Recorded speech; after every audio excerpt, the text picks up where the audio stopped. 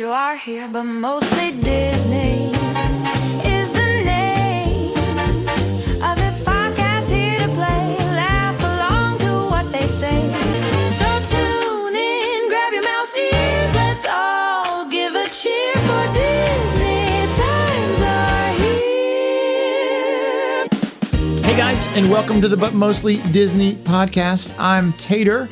And my friend on the other end, Andrew, is here from Charleston, South Carolina. Good evening, everybody. And Merry Christmas. Merry Christmas. And I apologize. We have not had a podcast in 2 weeks, and it's been totally my fault. And I'm a bad egg.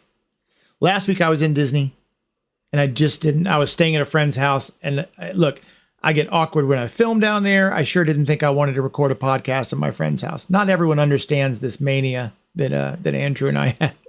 Yes. And then the week before we both, or I had an obligation. I forgot you didn't go because you should have. I had a momentum a call with Lou Mangello to do. So we are back this week for episode number 50, which is pretty cool. In a little over a year, and that's with me being gone for a month in the hospital. That's not too shabby. No, not at all. So we were just talking. I know I posted this week about Christmas movies. So Andrew said he's going to watch a Christmas movie as soon as this is done. Yeah, I think it's going to be Miracle on 34th Street. I think I've watched, yes, the original. David Attenborough. No, that's David Attenborough's original. It's, no, it's, I can't think of his name. Anyways, but yeah, I've watched, White Christmas and National Lampoon's Enough. It's time to watch a different movie. I'm not allowed to. My wife says Die Hard's not a Christmas movie. So we watched it last night. It's like, hey, they're at a Christmas party. They're playing Christmas music. It's Natalie Wood is in that one. Yes. So I fall asleep kind of on a rotation of White Christmas, Holiday Inn, Vacation, Christmas Vacation, and then It's a Wonderful Life.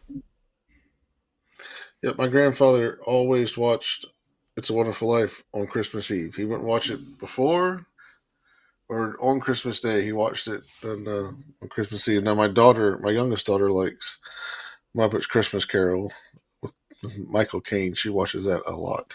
It's a good one. Yeah, it's a good one. I mean, it's really good. Okay, so here's something interesting, or at least I think is interesting. And I was just talking to my daughter about this. So Caleb says maybe you should watch Mickey's Christmas Carol. 42nd anniversary. So that leaves me at 12.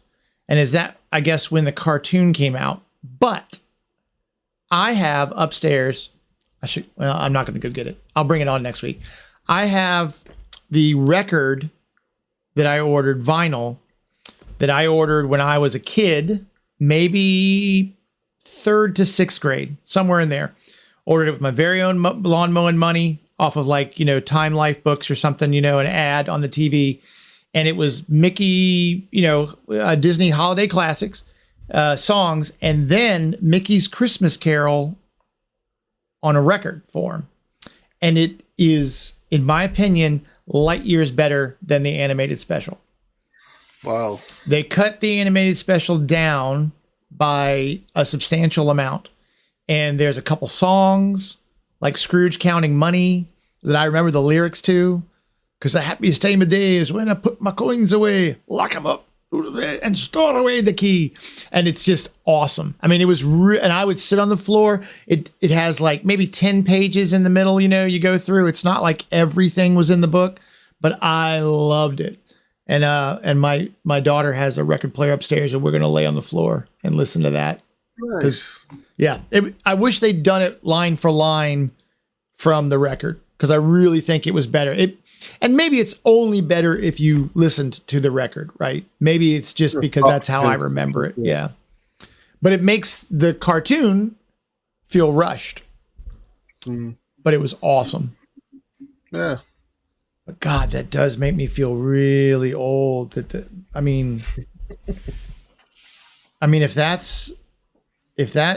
Caleb, so it's 42 years old, then the record has to be earlier than that, right? Well, let's take a look. So 1983 for the for the animated special. And I don't know. It's gonna be hard to find that record. But I mean, probably earlier than that. That's crazy. It's crazy that this is. I'll post it on social media or something this week because I can't. Is it a green vinyl? Nope. A green sleeve. Nope. It's kind of it. It looks kind of like it looks actually very. Is that it? Go up a little bit. Nope. I mean, no. All right. Oh, no. I believe. All right, let me see if I can do this now with the screen share. It's that one. Uh-huh. I'm pretty sure that's it. I'm looking to see if it has a year on it. That says 33. That would be right. But I loved this thing as a kid. It's so good. And it says 1982. All right, that's fair. Not too far off. And you're right, the cover could have changed. Because I feel like the back of mine was different. But no, I mean, this is pretty close. But it was so good. It was just, I don't know. You know what I'd like to do? I feel like what I should do is put it on, re-record it and put it on, oh, wait. Oh, you can watch it on YouTube. No. Do we need to do a watch party next week and watch it? This can't be right because this says 12 minutes. But that's it. I'm trying to see.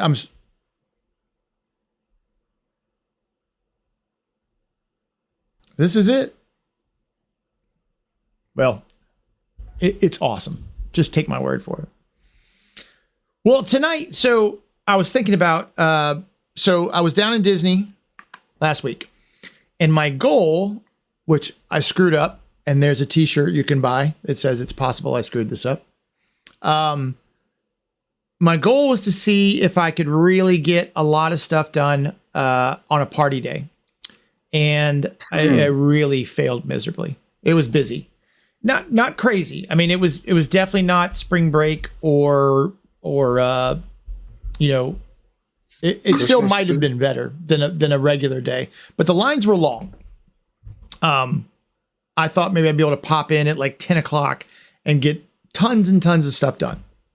And I did not, which started me to thinking about what are the best ways to beat the lines.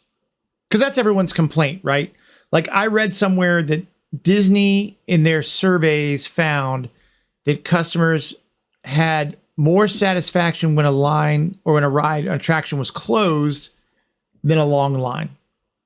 So that means they'd rather go to Disney and not ride Pirates than stand in a 90-minute line for it, which almost seems wrong.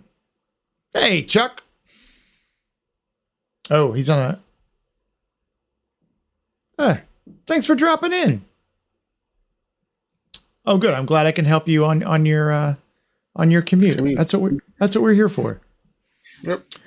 So what does everyone do to beat these lines? Like, so number one, and it just didn't work for me, and I guess it really can't be, and none of these are guaranteed, right? Like that's the whole point of when I do these videos, I think about is that, look, you have to adapt, right? You never know what's going to happen. Some days are good. Monday, whatever works on Monday might not work on Tuesday. And yes, Karen's right. The true secret is to just, don't expect to ride everything. You got to have low expectations, or at least they have to be realistic. Like typically our family strategy, that's a new word. Strategy. I guess strategy would be when you plan something and it goes wrong. Like a tragic strategy. I'm going to write that down.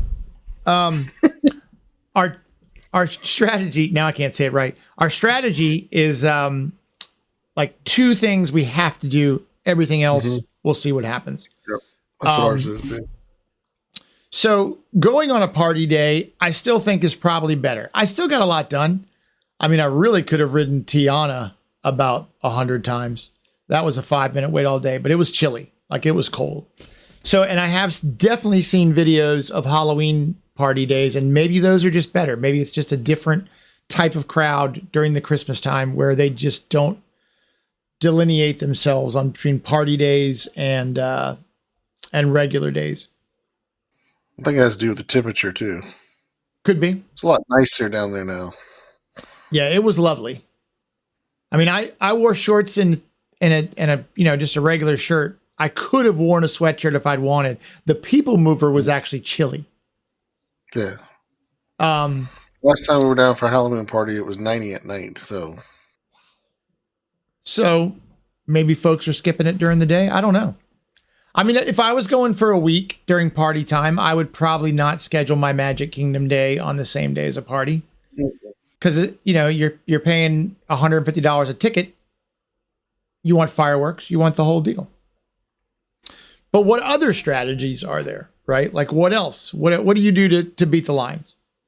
So I know for us, being annual pass holders and going down, we have no expectation. A lot of times it's, let's just go and see what we can ride because we know we're going to be back in 6 months or we're going back in 90 days. So it's easy for us just to go down and like we went for Andrew Prince. What's up, buddy? When we went down for for spring break, Easter break, I looked at Addison. I was like, what do you want to do? And she's like, I'm game for anything, Dad. I said, well, you pick. So she's not a real big roller coaster person. So that helped us out a lot. But we just kind of did the lighter fare of the park that day we were there at Magic Kingdom. But I think it all depends on the person you go with and what they want to do and the expectation of, lucky enough to come back down enough, we can skip Tron this time and go ride Space Mountain, or let's not ride Space Mountain or Tron and go do Big Thunder because it's just it's going to reopen here soon. Let's go, Well, and you're absolutely right, and that's I mean, and we've always done that, and even when we weren't annual. I mean, look, I'm still the only one that's an annual pass holder, but even when we didn't do that,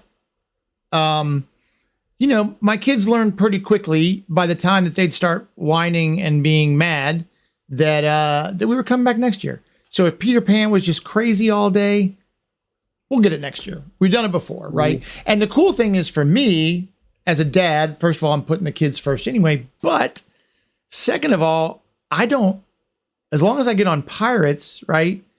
I mean, I love everything. So whatever they want to do is always, it's all first place for me, right? Like I don't care. Know we're going to go on Haunted Mansion regardless. They don't even ask. Right. I'm like, hey, we're going to do this. And like, okay. And, my wife, she likes Pirates. I like everything, but, we all have our go-to. But like Addison's go-to right now is she wants to go to Jungle Cruise every time we go. So most of the time we beeline straight to Adventureland and go to Jungle Cruise. Right. And knock it out. And what do you want to do next? So it's just priority. And I think after that, I think the best way to get stuff done is rope drop, right? Like get there half an hour before the I'm sorry, I'm reading the comments at the same time. Talk about ADD. Yeah, and I mean that's exactly right. You saying the same thing. He's I tried using turn plans as well. He says, and hadn't used lightning lanes, and we haven't bought it. I bought it last week. I did buy lightning lanes for Epcot to ride glittering greenhouses because I was a little short on time. It was really important to get to it. I think it was $26, so it was $55 for Seamus and I to have lightning lanes, and then we didn't get to ride. The land was down all day. It went down at 11 a.m. They gave you your money back? No, they gave you a free one, but which I'm okay with. Like that's fair. They did something, right? Like they don't have to give my money back because we used it for other stuff. Yeah, so So we were down this time last year. We went for our day after Christmas through New Year's, and one of my friends, him and his wife went. And he hadn't ridden Rise Resistance yet. So I bought fast passes for him and I to go ride it, just so we could ride it. Well, it was an 8 o'clock fast pass, and at 7:30, it goes down, and it ain't coming back up. So they're like, "Well, here you can use this 26 whatever it was. I'm exaggerating. $22 person fast pass at another ride here in the park." Well, all you got left is Slinky Dog, Tower Terror, Rock and Roller Coaster. I'm like, well, wait a minute. I don't have to have right $22 fast pass to ride for those. any of these. Right. So I'm like, I'm not. So I went up front. I went to guest services and told ladies, look here, I'm staying. I'm coming back. So you don't have to worry about giving me my money back. This gentleman's not coming back. You know, what can we do? And they gave him his money back. I didn't think they were going to, but there was a long line of people ready to complain. So I think they were just trying to get people in and out as fast as they could. But, I kind of looked at it as, I paid premium for a premium ride. I should get a premium ride in return. No, that's a good point. Not saying those aren't good rides, but I didn't pay. No, you're right. I mean, that's the thing. There's nothing equivalent. So if they take that away from you and you can't use it, it really isn't a great compensation, even though we haven't ridden Slinky Dog Dash in a long time because the lines are crazy, but it's still not equal, right? No, not at all. Like for that, be $25 for the whole day. You're paying $20 for one ride. Yeah, that's not great.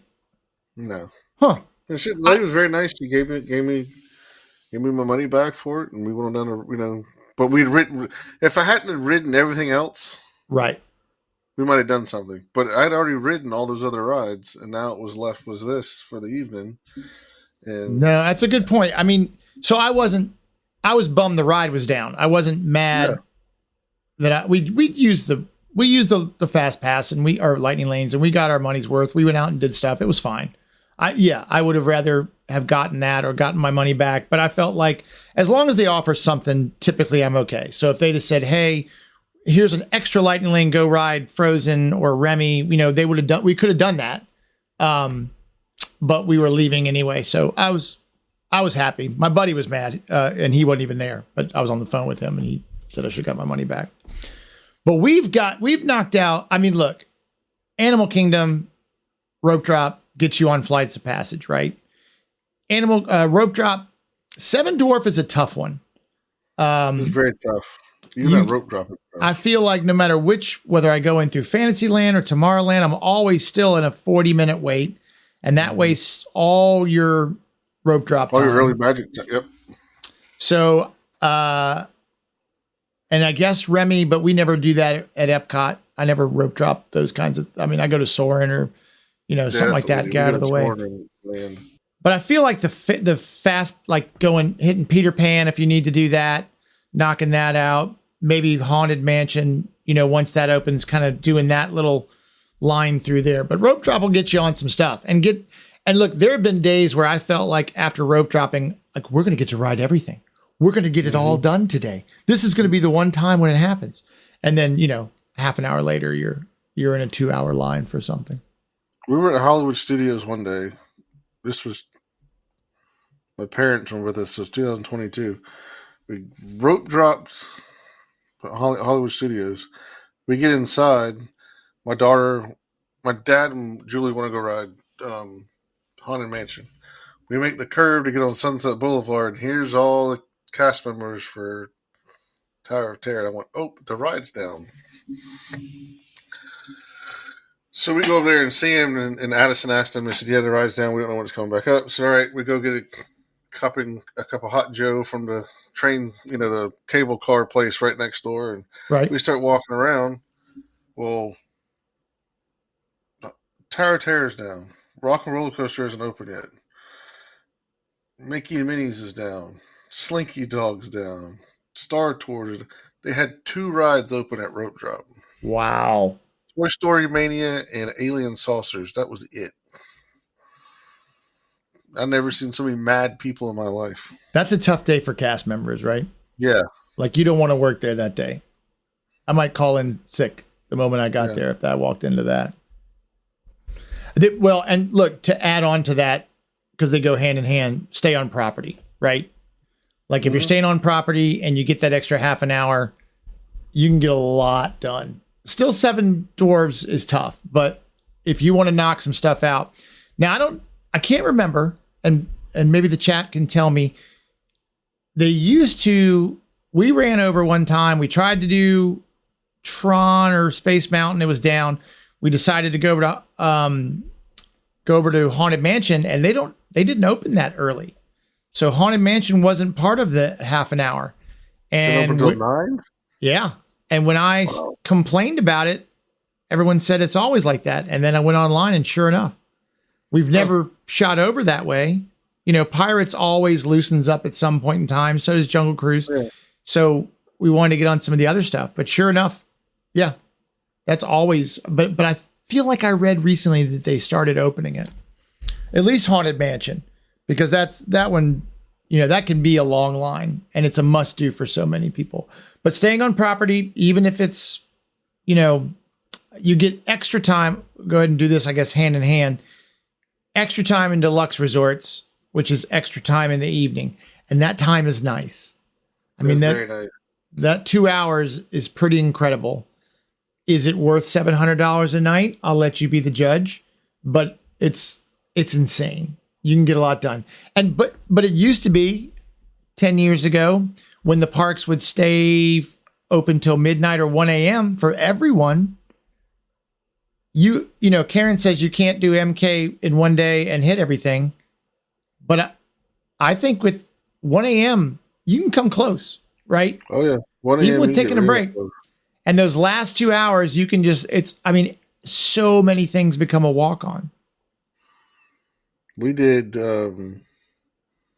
we stayed at Animal Kingdom. It was a long time ago. We stayed at Animal Kingdom.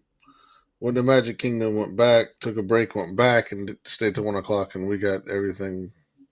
This is no trees around the hub. So that's how long ago this was. Oh, wow. Yeah, 2000, 2001, somewhere. Well, it opened in 2001, so it'd be 2001 or 2002. We were able to do everything in one day because you had to 1 a.m. Holy cow. Yeah. Yeah, well, Karen says that's true. Yeah. Back then you could. And Chuck said, and look, I think we've talked about this before, but Chuck says, you know, and he's right, you know, from Virginia, I'm $1,400 a year on annual passes. And I do think I get my money's worth. I'm not complaining. I'm just saying it's a lot of money. And so then to pop on, even for the parties, you know, I didn't do any this year because I might do one next year because I really like them. But that, you know, $180 extra. And look, even doing this YouTube stuff, I'm with Chuck. I still haven't been to Beacon Barrel. You know, because I feel like if you're trying to do the YouTube kind of thing and the social media stuff, if you're not there first week, then just go whenever, right? Yeah. At that point, people are going to watch your review or they're not. And I got a reservation while I was there last week. I just decided not to do it because it was. I've heard a lot of mixed reviews on that place too, so I can't wait to go try it. Yeah, I'm excited. A lot more nays and yays so far, I've heard. And so here's another one. And this worked out, again, as anyone who knows me knows, I'm not really much of a planner guy. Parades and fireworks is a great time to hit the rides. Again, I've only been to Very Merry Christmas twice, but both those times, boy, that parade starts, you can go walk on anything you want because so many folks are there for that. But this year I jumped into, again, just luck. I tried to do Jingle Cruise first. Line was really long by the time I got there. So I went around Tomorrowland, Fantasyland. It's so funny. I look at the camera. I make these gestures that no one can see. And then came back and I'm like, well, I'm just going to go ahead and wait out whatever Jingle Cruise is. And the parade was just starting. It was 60 minutes as I walked up to it. And it was a 20-minute wait. Like when I got in there, I'm like, well, I've seen 60 minutes reach out this far. Nobody. And there was, you know, quick 20-minute line and I was on and off. So I can attest that definitely during the parade, And we're not parade people, though I love them. Yeah, neither are we. We're not even really fireworks people, though I love them. It's a great time to go jump in a ride. I mean, it does clear out quickly. Oh, well, good. Yeah, my oldest Haley, we have gone to Magic Kingdom's her and I at night and right around the fireworks just so we can go ride all the big rides while everybody's standing around watching fireworks at a parade, and you get a lot done in 20 minutes. Well, and Tron filled up this year on me, so I looked at my phone. It was 35 minutes. Like, that's fair for Tron. So you figure it's probably 20. By the time I walked up there, it was up to like 55 and the line was way out. I'm like, well, then I went back to Space Mountain, which had been 25 when I looked at earlier and had gone down to 15, which really ended up being walk on. Because not only did I walk, there was really no line. When I got up front, they wanted a single rider, and I literally just walked right up and onto a cart. It was pretty cool. I love that. And I used to love those late nights after 11 p.m. where you could just ride it over, and it took you longer to walk around and walk back down through the queue than it did to. It was pretty cool. So late at night is definitely early morning, late at night, and that was always our strategy anyway. Again, by accident, get up early, rope drop it, go back to the hotel, take a nap, jump in the pool, come back dinner time, and knock it out. But another thing is if this is your one day at Magic Kingdom, that's all you got, which is for a lot of people how they vacation, do shows and stuff from like noon to 4, right? Go see Nemo, the Nemo show at Animal Kingdom, which they've redone, by the way, and I thought was really, really good. And other stuff with it, the Carousel of Progress, People Mover, Living with the Land, because those eat people, right? Like they can keep them moving. So that's a pretty good idea to do. Skip that middle of the day, because that's when, if you're like me and you meant to be there at 7, but you ended up getting there at 11 because your kid was sick or didn't get there in time or the car broke down or whatever happened, then that's when everyone is in the park. Everyone. It's got to be. Could go ride the riverboat. Oh, wait a minute. It's not I was thinking about the fountain of Polynesian. Oh, that's not there anymore. Yeah, look, dude, I was having such a nice day, and you had to bring that up. And what is it with Disney's war on waterfalls and water attractions? They're taking it all out. That tiny trickle on that little guy at Disney's Polynesian Resort just. I'm holding out that Cars Land will be cool, right? Again, yeah, look, there's a big waterfall, so we might be getting a big waterfall. If they just keep that atmosphere over there. But I wonder, side note here, as we're going along, are they going to change out Frontierland? Kind of have to. It doesn't flow. Does Frontierland make sense anymore? You go from Texas, basically Arizona, to New Orleans, back to Texas. Yeah, I mean, maybe water restrictions are why, but once you pump it in there, it seems like it's not really. Once you get it going, you don't have to do too much. I don't know. It is odd, and it could be a maintenance thing, but that's what they said about the holy Polynesian? God, I forgot the name of the water. Rivers of America. Rivers of America, they always had to redo their infrastructure for the track and all. It would deteriorate. I know I will get hate mail for it. Please understand, it's Andrew at butmostlydisney.com. But I love that ride. But I kind of understand. Right? Oh, I do too. Like, I don't like it, and I would have fought if I'd have been in the room and voted. Would have went first than that. Yeah, I mean, but that's still pretty popular, right? People love riding that. I'm surprised they haven't gone to electric cars or something, but I mean, look, that ferry boat didn't fill up much until they said they were getting rid of it, right? Where everything goes. Tom Sawyer Island was kind of hard to get to, and if there was a line for those rafts, I mean, I know we've kind of been like, we'll do it next year. But I loved it was there, right? And I loved that whistle. I love seeing that ferry boat go by. I mean, look back, go to YouTube and search any kind of old WDW videos or, paraphernalia. That's not the right word. Propaganda, also not the right word. Any kind of literature, advertising stuff, and it all had that steamboat in it. Every single thing. I mean, it was just iconic. Yeah, Mickey was standing on the boat waving on a lot of the vacation planning. Louis videos. Armstrong playing trumpet up there. Yeah. I mean, it was in California, but still. And that's what I wonder. I wonder if California is going to end up being the museum. Like, even though Walt said that's not what he wanted. Like, I think Walt would have gotten rid of it. But then it gets rid of, now both authors are gone, right? Mark Twain's gone. Mm-hmm. Jules Verne's gone. It's just odd. Yeah, okay. But don't they have Captain Nemo in Paris? Well, yes, but I'm just thinking. Oh, the main part. At Magic Kingdom. Right. So it's sad. Times they are a changing. Mm-hmm. And they're not for us. Another thing to think about, right? And that's the other thing. And same thing with Andrew. You made this point. Andrew says Liberty Bell was one attraction we hit regularly because it was accessible. Andrew's in a wheelchair, mm-hmm. And it was the same thing with Muppet Vision 3D, right? That was a super accessible attraction that they're taking away and moving. If you're a huge Muppet fan and you can't ride a roller coaster, where are you going to get your Muppet fill? Yeah, right. VR, but it's a bummer. And the Space Mountain is in Paris is Jules Verne-ish, kind of steampunky. Yep. Whereas, it was a direct reference.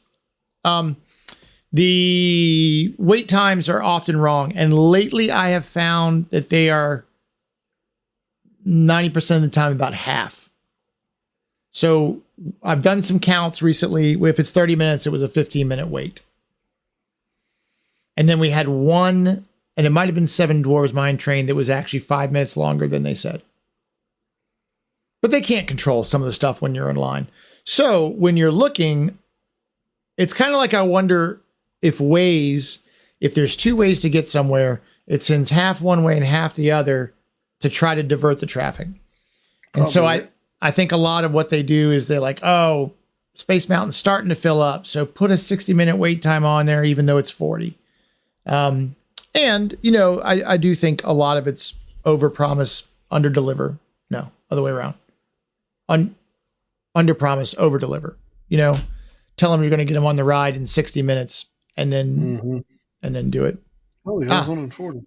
Andrew's mom says, Vanessa Prince says that Disneyland Paris has a walkthrough of the Nautilus. Oh, that's what I was thinking of. Okay. So still a little more culture hanging around the park somewhere. Yeah, and this is my absolutely my absolute favorite is that 13-minute wait time. I think that's really cool that they do that. That's the kind of Imagineering stuff, like just little things like that make Disney so amazing. Rain can be your friend, right? I've gotten a lot done in a light misting rain, if you can handle it. We did an after hours party at Hollywood Studios last year. And as we're getting closer and closer from the drive to Charleston, the percentage of rain kept getting higher and higher and higher. And I told my wife, I'm like, we got raincoats, right? She said, yep. I said, cool. We'll be the only ones there. And it was like us and 10 people in all of Hollywood Studios. I think we rode Runaway Railway 4 times in a row. We just got off and got right back on. So the rain can definitely be your friend. I don't know if I can find this stuff. Because, again, I'm not really planning this stuff out. But I do have a picture that we took that Helly Hansen put on their website of me standing in front of the castle. And I mean in the pouring down rain. And I just happened to be wearing a Helly Hansen raincoat. Oh, I found it. I can't believe that worked. I guess there's no way to make it full screen. But is this the right scene? No. Oh, this one. Look at that. And I mean, just soaked to the bone. It was unbelievable, but it was just us, man. It was so awesome. So, and I have gotten to carry see this, but that's me. Oh, wait a minute. Standing looking at it, and I'm only that's me and the lady. That's it. The photographer. That's cool. I love those things. Mm-hmm. I mean, those are some of the greatest moments. And that's the thing is like all of this advice is just everyone has a strategy, you know, the midday thing, or some people start at the back of the park and move forward. Oh, sorry, Karen. Yes. And she said that they used to have a red card. I haven't seen it in a long time. I assume they still do it. Yeah. Thanks, Chuck. Chuck says it's an awesome photo. It was really fun. I can't remember. I feel like we did all of us, but it was just, I mean, here you go. It was a lot of rain. It was crazy. And everyone left and we stayed and had a blast. And that's the thing, like just the serendipity of it all, which, you know, sometimes works for you, sometimes against you. But and you get a lot of cast members that'll go out and play in the rain with you and have fun. So that makes it even better too. We had one totally unplanned where I booked a castle dinner in Cinderella's castle, and it wasn't like I didn't do it to be in there for the fireworks, which is cool, like through those glass windows, all of it lighting up. But when we came out, they'd blocked it off already. You know, they block off by the carousel. So we couldn't go that way. And she said, you don't have to go out front. So we stood, these photos I know I can't find. We stood right under Tinkerbell on the little, well, actually the other side, on the little walkway going up the castle and watched the fireworks. And it was incredible. I mean, we were so close. It was unbelievable. It was just wild. We, oh yeah, here we are. Gosh, I'm just batting 1,000 tonight. This is really good audio. This is why you need to join us in the chat. I mean, look at that. That was our fireworks view. Awesome. It was so cool. I mean, that was us. We were right there. And I can't remember if it was this one or a different one. I'm going back to see. I think it was a different day. I mean, there's the kids. I assume it was wild. And the cast member was just awesome about it. She's like, yeah, just hang out and stay. I've got another one where it looks like it was earlier in the day, but it was the same thing. They'd blocked off the walkway, and it's a picture of my kids. And it looks like everyone in Disney came to see my kids. Like I think they were doing the little Mickey show or whatever. Mm-hmm. And they had it blocked off, but not in our direction. And we happened to be standing there, and it's like 10,000 of our newest friends and my kids just performing at Disney like we do. I can tell you, here's a good one. Go to Disney during COVID. Yeah, there's nobody there. It was weird. The drive down was even weird. Like, it was literally like going to a ghost town. I mean, look, that's I'm trying to, there's Goofy and Pluto and everybody's up top. I'm trying to see if I can pull up the details quickly and still have a podcast. I guess not. Somewhere. Oh, here. Well, here we go. All right. So this picture is taken at 2:01. That's 2 p.m. on July 13th in Magic Kingdom. That's how many people were there. It was kind of creepy, honestly. And it made me realize, since I didn't plan this, didn't plan this conversation, but it kind of made me appreciate the lines. Like Oh, and Karen says they do still do the red card because they got it last trip. That's good to know. Kind of like that. Makes you feel special. It was weird. It's kind of like when you go see a movie by yourself and you're the only one there. Like it has a different energy. Like the laugh is different. People aren't, there's something to be said about Very people quiet. laughing out loud. Right.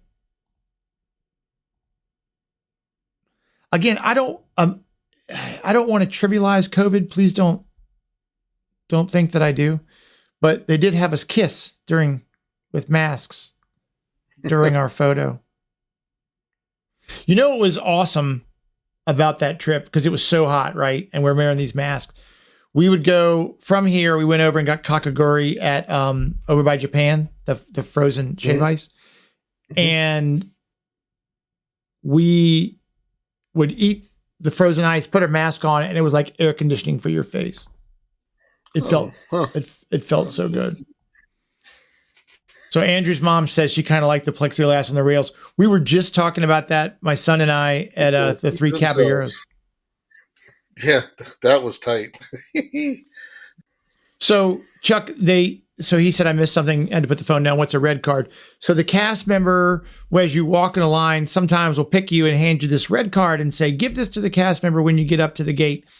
And they time it, and that's how they mark the wait times.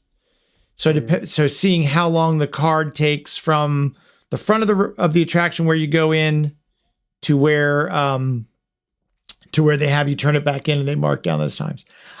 I didn't like the plexiglass, but I wasn't worried about the germs. I just again, whatever's going to happen to me is going to happen. I have kind of an accelerate into danger kind of attitude anyway. But it was weird. And they were they were serious about your mask on COVID. They did not. Yeah, they didn't play with that. I'm looking back through some of the pictures, and I don't see anywhere we have our masks off, even for a second, for a quick photo, even on the PhotoPass stuff. So they were very serious about it. We were there, like I said, we were there the day I think Hollywood and Epcot opened, or maybe Animal Kingdom, and then Magic Kingdom and whatever the other one had opened the day before. But that was really a great way to beat the lines.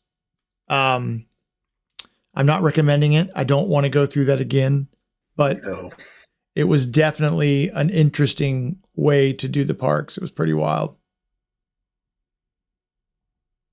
Pretty wild. So, look, the lines are just part of it, right? It's what you got to do. And if you always have the option of not doing them. I think what I do feel bad for, like, if you came from England and couldn't get on Rise. Yeah. Like, I do remember when they did that 7 a.m. thing, which I had, knock on wood, incredible luck with. I never missed one. I remember the year we stayed at the Riviera, there was a lady who didn't get it, and she burst into tears. Like, she was crying. If I could have given mine to her, I would have, because I think it might have been our second day there, and it was my second one. Okay. And if I could have, it's easy to say, like, I could, if I could be pregnant, I'd do that for my wife, right? Oh, that's interesting. Karen says if you took a PhotoPass and you took off your mask, they removed it and wouldn't let you get it. I guess kind of like removing all those dirty pictures from Splash Mountain. Flash Mountain. Flash Mountain. Yeah, and Chuck says the COVID foes remind me of Main Street, DC, their office. No cars, 2 or 3 possessions. It was a weird time. It's almost hard to even believe it was real, right? Incredible. Well, that's it. That's all the tips I have. I don't think I can think of anything else. It doesn't involve cheating. Remember, the lines are part of the ride. The lines are part of the ride, which is a great segue into a shirt you could buy over at butmostlydisney.com. Get your The Line is the Ride shirt, which I really, and tell me if I'm wrong, I've never Googled it, but I think we made that up. I think so. I don't think I've seen it someplace else either. Maybe I should bookmark it. Nope. I don't see anything popping up. I think we made that up one year. I think what it was is when they started doing the interactive cues, like when Peter Pan. That does help. I was like, look, kids, the line is the ride. Wouldn't that be fun? I should trademark that because that's all mine. I don't care. You can have it. Well, cool. So Andrew's going to do, check his Mouse Gears YouTube page because he's going to, sorry, Chuck. Chuck said, patent that phrase. I will tell you this. I swear, and I did it months before I saw the t-shirt of Help I've Fallen and I Can't Reach My Beer. Remember those commercials? Help I've Fallen and I Can't Get Up. Yeah. Help I've Fallen and I Can't Reach My Beer. That was mine. It was absolutely mine. I was way ahead of the curve and I missed it. Andrew promises this weekend he'll have a Christmas decoration video for us. Yeah, my wife, this is her time of the year. She likes to decorate. So I did a before video. She's now officially done. It took her about 3 weeks. She has a village, about 9 Christmas trees. She changes the curtains, our sheets. She does everything.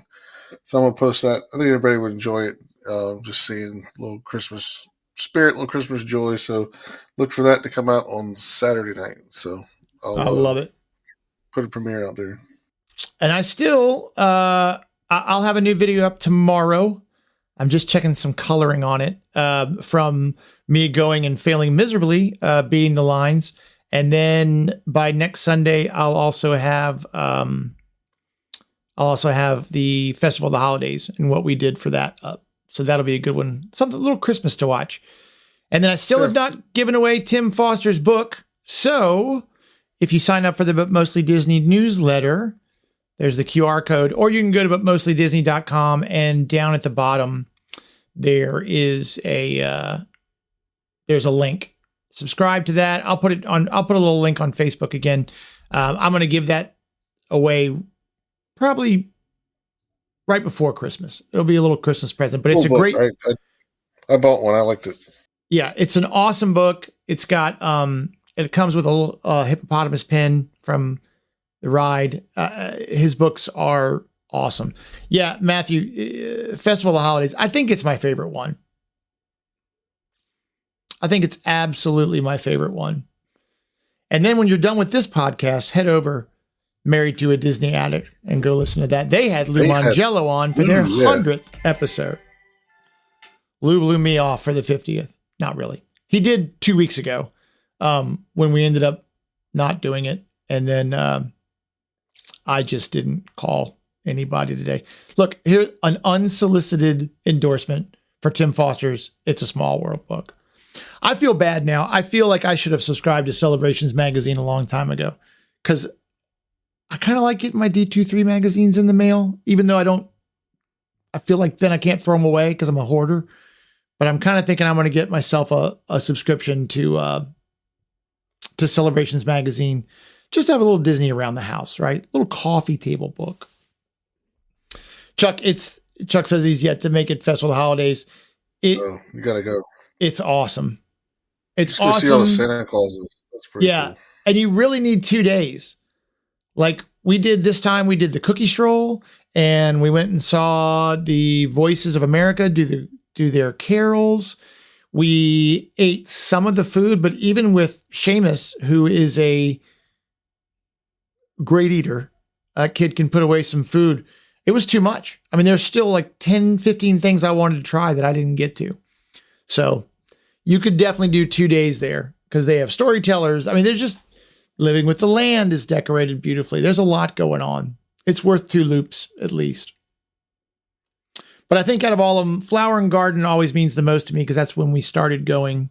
So that was our first festival. But I think Festival of the Holidays is worth the trip down during the holiday.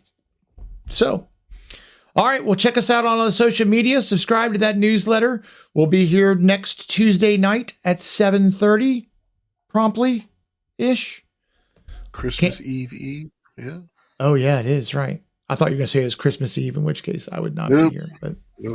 But that's good. We'll celebrate a little Christmas. We'll bring some eggnog and tell scary Christmas ghost stories. So maybe I'll just bring the record player down here and we'll sit and I'll play it and we'll do a listen along. That's good for the listeners would love that. But thanks, guys. Thank you for showing up in the chat. I really, really appreciate it. It's the whole idea for this is to share it with people who also love it. And we did a little kind of mock-up group call last night, which is something we may start doing in the future because it's fun. I like Lou's nation calls, and it's just fun to talk Disney with some really wonderful people. So yeah, it was fun. I enjoyed all it. right. Well, enjoy your commute, Chuck. Ride carefully, enjoy that metro, and we'll see you guys next week. Have a good week, everybody. Merry Christmas. Merry Christmas. Our time is too short, it's over now. And we hate to say goodbye, but we'll be back next Tuesday night, or at least we sure will.